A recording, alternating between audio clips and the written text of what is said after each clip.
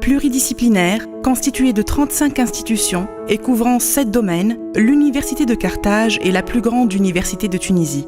Fondée sous sa forme actuelle en 1988, elle inclut les premières institutions d'enseignement supérieur et de recherche en Tunisie. L'INAT, créée en 1898, l'INRAT en 1913, l'ESAMO en 1914 ou l'IHEC en 1945. Du point de vue géographique, l'Université de Carthage s'étend sur la région du nord-est de la Tunisie, sur 5 gouvernorats, Bizerte, Ariana, Tunis, Zarouen et Nabeul.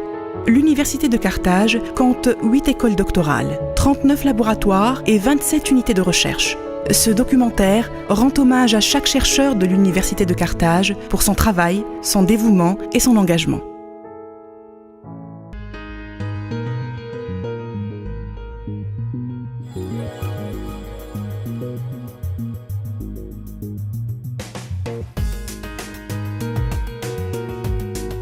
Le laboratoire de recherche englobe 4 axes thématiques en rapport avec l'analyse économique, les 2 dimensions économie monétaire et bancaire et financière et l'économie industrielle. Un nouvel axe de recherche a été créé qui est fondé donc sur le thème de la ville intelligente, en particulier le transport intelligent. Les orientations, les axes de recherche s'articulent autour de deux thématiques majeures, l'économie appliquée et la finance appliquée, avec une variété très prononcée en méthode quantitative. L'unité est nouvelle, elle a 3 années d'âge. Elle est née pour poursuivre 3 objectifs. Le premier, c'est améliorer la connaissance de l'architecture, la production de la connaissance de l'architecture et du patrimoine. La deuxième, c'est l'évaluation des interventions sur le patrimoine et surtout la restauration des monuments. La troisième, c'est l'environnement, l'étude de l'environnement, surtout sous l'angle du développement durable. Notre laboratoire, créé depuis 2010, s'intéresse essentiellement à la simulation et la modélisation numérique des surfaces afin de permettre de la détection des molécules dans l'espace. Notre laboratoire est un laboratoire orienté vers l'analyse et la résolution d'un certain nombre de problèmes, nationaux. Ces problèmes-là peuvent concerner toute la thématique, c'est-à-dire molécules, matériaux et applications. Le laboratoire travaille dans le domaine des mathématiques appliquées. Il a été créé en 2001. Il est composé de 4 équipes qui travaillent dans le cadre de la modélisation des écoulements complexes, la modélisation des problèmes complexes, contrôle des systèmes complexes. Le laboratoire des systèmes avancés a été créé à l'EPT en 1999. Il a été promu en laboratoire de recherche en 2011 avec une extension de ses activités de recherche au domaine plus large des systèmes avancés. Là, on est une quarantaine de chercheurs entre Cora et Corbeil.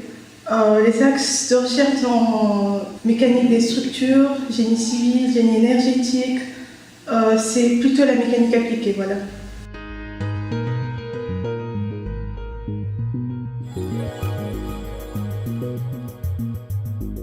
Le laboratoire il compte à peu près en ressources humaines 66 personnes, donc 45 doctorants et à peu près 21 enseignants-chercheurs permanents.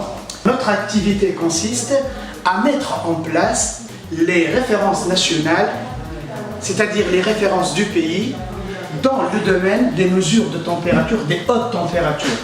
La thématique sur laquelle je travaille, c'est le diagnostic des équipements électriques, des systèmes électriques, que ce soit alimentation ou plutôt machine asynchrone.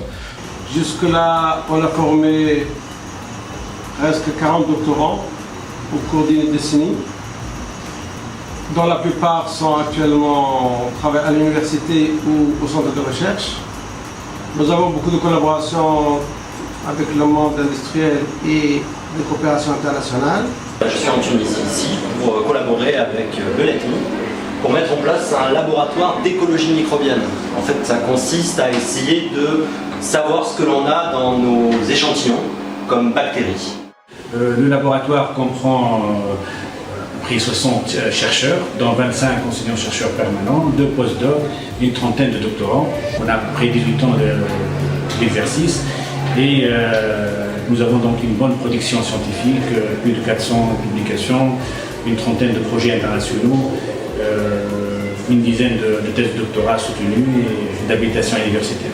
Ce laboratoire a été a fonctionné au début comme unité de recherche depuis 2001 et depuis 4 ans, c'est un laboratoire qui travaille sur les réseaux de communication, principalement les réseaux mobiles et les réseaux sans fil et les réseaux de capteurs, et aussi c'est un laboratoire qui développe des résultats en sécurité. Au niveau de notre équipe, c'est une équipe qui travaille, c'est une équipe pluridisciplinaire qui travaille sur la caractérisation des états de surface par télédétection, mais également par des mesures directes sur le terrain.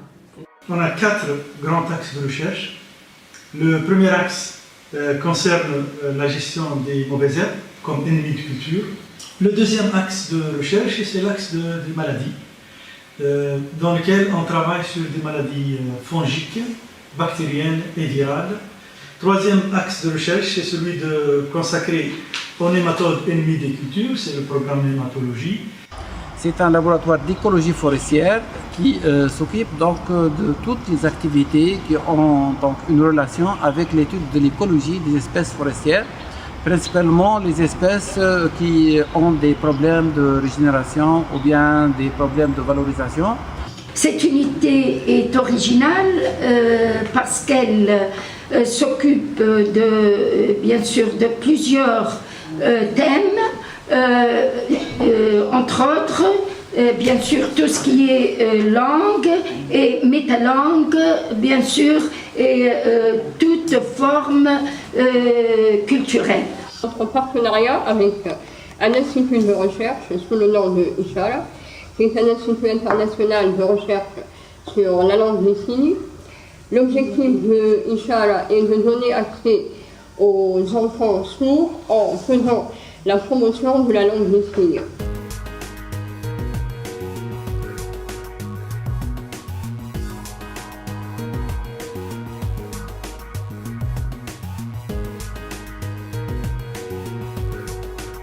Dans cette unité, on a 2 axes de recherche connectés. Le premier, c'est les mécaniques de structure et le deuxième, c'est les modélisations aléatoires et probabilités quantiques.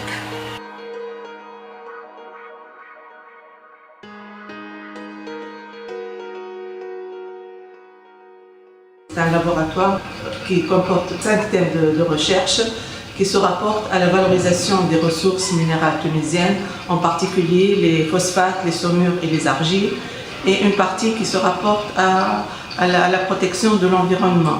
Ces équipements permettent l'analyse thermique des matériaux élaborés pour étudier et savoir le comportement de ces matériaux vis-à-vis de la température. Je fais de l'écotoxicologie comme axe de recherche, écotoxicologie, bioécologie, valorisation des produits de la mer. Je travaille sur les espèces de mollusques d'intérêt économique, essentiellement les coquillages. Nous sommes actuellement dans le laboratoire de diffraction des rayons X, le principal outil pour la caractérisation des matériaux. Un diffractomètre du type D8. En améliorant la recherche, les conditions de la recherche, on a aussi un épanouissement pour les enseignants, une ouverture sur l'environnement, un contact permanent avec d'autres réseaux, ce qui permet de créer une dynamique au niveau de l'enseignement. Je pense que les deux sont intimement liés. C'est très important de booster la recherche pour être à jour, pour avoir toutes les informations, pour appartenir à un réseau et pour aider aussi, parce que quand on dit de la recherche, c'est un enseignant qui évolue, et qui peut acquérir de nouvelles informations, de nouvelles connaissances, et aussi on introduit les étudiants dans tout ce processus qui ne peut être que positif pour tout le monde.